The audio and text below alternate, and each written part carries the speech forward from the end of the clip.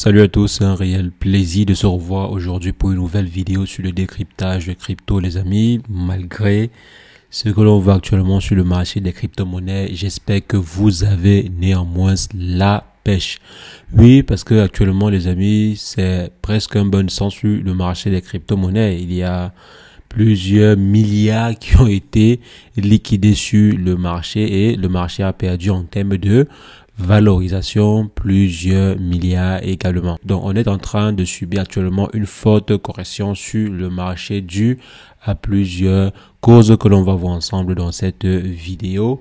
Et le plus important aujourd'hui les amis, c'est de profiter de l'occasion pour pouvoir préparer son vrai bull run. Et le début de ce bull run est assez turbulent. On a assisté à une forte hausse suivie d'une forte baisse, quoi. Il y a certains projets qui ont déjà eu à perdre plus de 40% dans le top 100, bien sûr, plus de 40% depuis un mois. Il y a des projets qui sont en train de perdre 20%, d'autres 15%. Il n'y a que le Bitcoin qui maintient en un mois une correction plus ou moins acceptable de juste 1 voire 2%. Actuellement, où je tourne la vidéo, on devrait être légèrement au-dessus des 100 000 $. Donc à moyen, le marché est en train de perdre entre 10 et 20% depuis près de un mois. Donc aujourd'hui, on va décortiquer ensemble l'actualité autour des crypto-monnaies, autour des marchés et voir comment est-ce que on pourrait en profiter. Parce que c'est bien beau de voir le marché chuter ainsi, mais où est-ce que vous pouvez concrètement profiter de cette chute-ci? Parce que comme on le dit souvent, c'est pendant des fortes corrections qu'il y a des bonnes opportunités. Pour ceux qui me suivent depuis 2023, je pense qu'on avait eu à faire des vidéos en 2023-2024 lorsque Solana était environ à 10 $ ou 20 $. On avait fait des vidéos pour présenter le potentiel du projet parce que on venait de loin. Et je pense que ceux qui ont eu à faire des placements quand Solana était à 10 $ ou 15 $, aujourd'hui, ces personnes-là, je pense qu'ils sont en train de faire de très très bonnes plus-values. Donc, pendant des phases pareilles, il y a des potentiels, il y a des opportunités à saisir. Et ce n'est pas forcément en temps de hausse qu'il y a des bonnes opportunités, mais c'est généralement en temps de baisse qu'il y a des possibilités d'entrer sur des marchés ou bien d'entrer sur des projets à des coûts très très intéressants. Donc, on va essayer de décortiquer ensemble l'actualité aujourd'hui et voir le potentiel que représente cette correction forte du marché pour nous, investisseurs de ce secteur. Si jamais c'est la première fois que vous passez ici, régulièrement, nous faisons de superbes vidéos sur le décryptage de crypto-monnaies. Donc, si jamais cette thématique vous intéresse, n'hésitez pas les amis, abonnez-vous. Alors les potos, avant d'entrer dans le vif du sujet, on va faire un rapide breaking chez notre partenaire du jour, à savoir Bitmapt, qui nous donne la possibilité de pouvoir obtenir des bonus de trading super intéressants.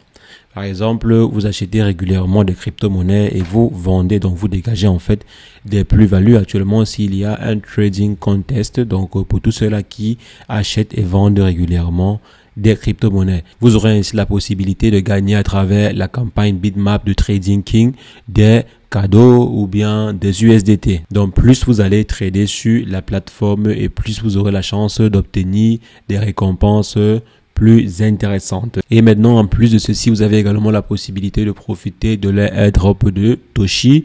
Donc actuellement, Bitmapt est en partenariat avec Toshi et il y a un airdrop pour se partager près de 100 000 $. Donc près de 100 000 $ à se partager à tous les utilisateurs de Bitmapt. Tout ce qu'il vous faut faire, c'est quoi? C'est vous créer un compte sur Bitmapt à travers le lien que je vais laisser dans la description pour ceux qui n'ont pas encore de compte Bitmapt. Et ensuite, vous devez simplement faire un deposit et trader des Toshi contre des USDT. Vous pouvez acheter ou bien vendre, ça dépendra de vous. Donc, vous allez simplement sur la plateforme Bitmapt et vous effectuez un trade ou bien plusieurs trades de Toshi contre USDT ou bien des USDT contre Toshi, ça dépendra de vous. Mais je pense qu'actuellement, la paire disponible, c'est la paire de Toshi USDT. Donc, vous tradez ainsi et ensuite, vous aurez la possibilité de gagner une partie de ces 100 000 $ qui sont en jeu. Vous n'avez pas besoin de holder du Toshi pendant longtemps pour gagner. Il vous suffit simplement d'effectuer pendant la période du airdrop, donc du 4 février au 10 février. Il vous suffit simplement de trader régulièrement du Toshi et ensuite vous aurez la possibilité de pouvoir gagner les prix comme suit. La première place est à $1000. Donc, celui qui va gagner la première place en termes de compétition de trading, donc va gagner $1000. Celui qui va gagner la deuxième et troisième place auront $500. La quatrième et 13e place auront $100 chacun. Et il y aura également 350 chanceux qui ont rempli les différentes conditions qui vont recevoir automatiquement 20 USDT dans leur compte. Donc, il y a plusieurs récompenses ainsi en jeu sur ce airdrop de Toshi. Donc, je vais laisser les différents liens dans la description pour ceux qui seront intéressés. Donc, les amis, revenons en ce qui nous concerne aujourd'hui, à savoir la chute du marché. Donc, je pense que vous avez sûrement mené votre propre enquête hier pour savoir ce qui se passe sur le marché.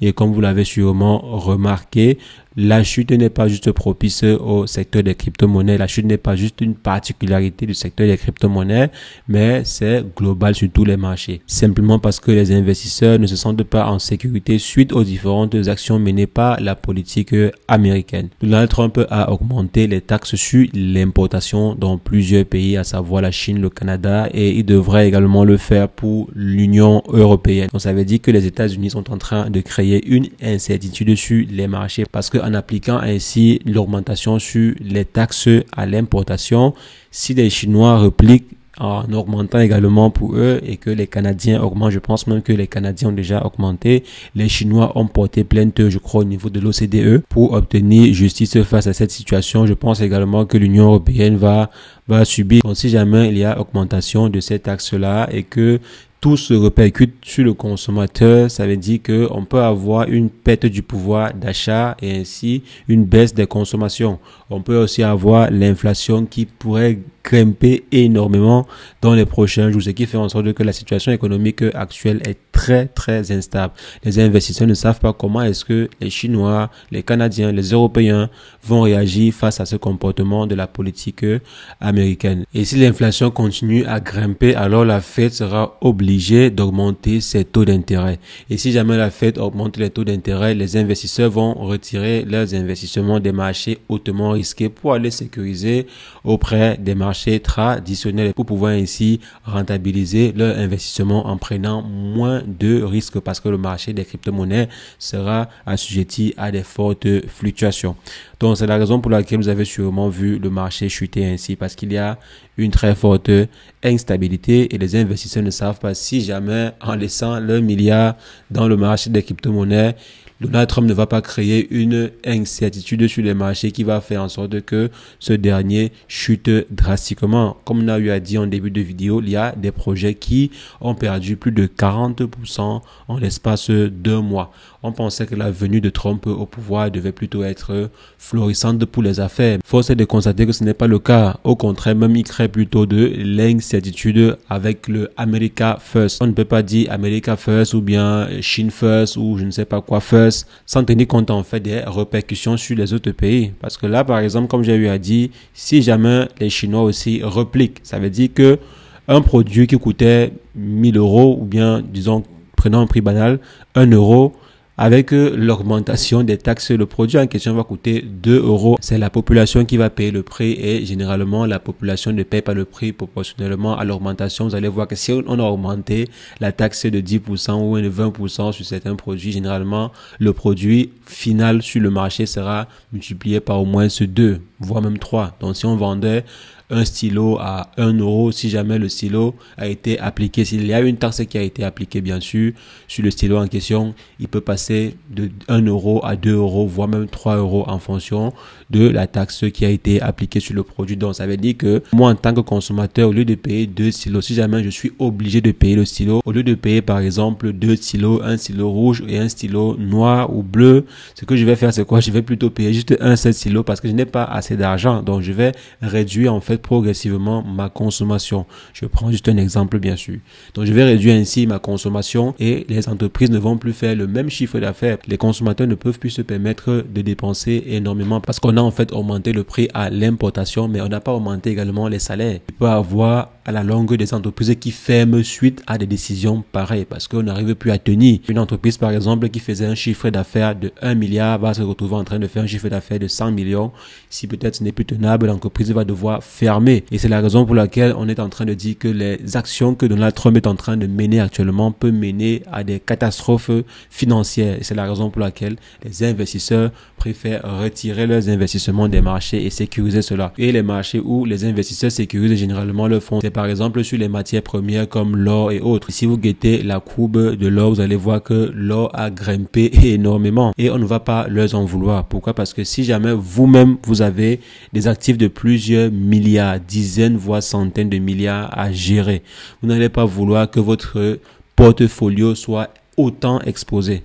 Parce que perdre 10% de 1 milliard ou bien perdre 10% de 10 milliards, c'est 1 milliard que vous perdez. Donc quand par exemple nous on se permet de perdre temporairement bien sûr 10%, 20, 30%, 40%, ça peut être 40% d'un portefeuille de 100 000 $ ou 50 000 $, 10 000 $ pour certains, même 1000 $ ou même 100 $ pour certains. Du coup, quand on a un portefeuille de 100 $ et qu'on perd 10%, pardon, c'est juste quoi? 10 $. C'est pas aussi énorme. Mais imaginez-vous une personne qui a un portefeuille de 10 milliards. Ça veut dire que lorsqu'il perd 1%, c'est presque 1 milliard que ce dernier perd.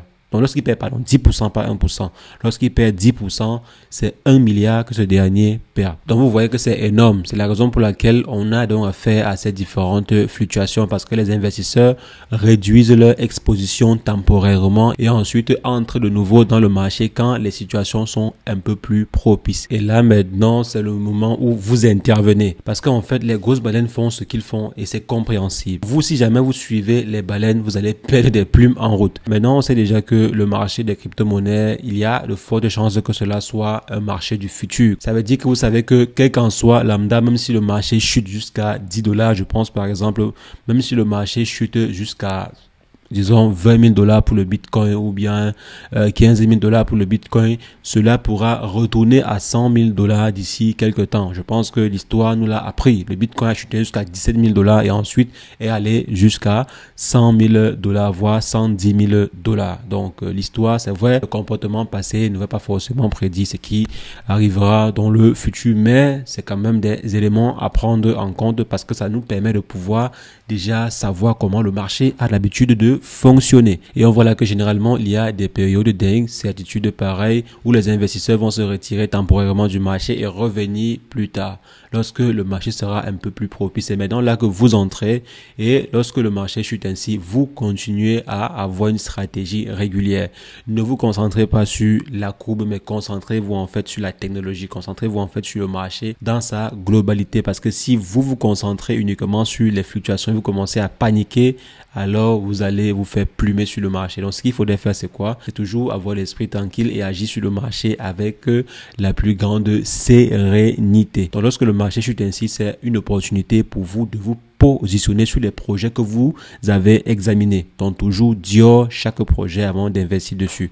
Mais c'est quand le marché chute ainsi qu'on entre sur le marché. Ce n'est pas forcément lorsque le marché est en train d'exploser, faire du 300-400% que il faut entrer. Parce que lorsque vous entrez quand le marché est à ce niveau, généralement c'est comme maintenant. Ceux qui sont entrés en décembre ou bien ceux qui sont entrés en fin novembre ou début décembre, aujourd'hui, ils vont se lamenter. Aujourd'hui, ils vont dire qu'ils sont en train de perdre presque 10 voire 20% en fonction des projets.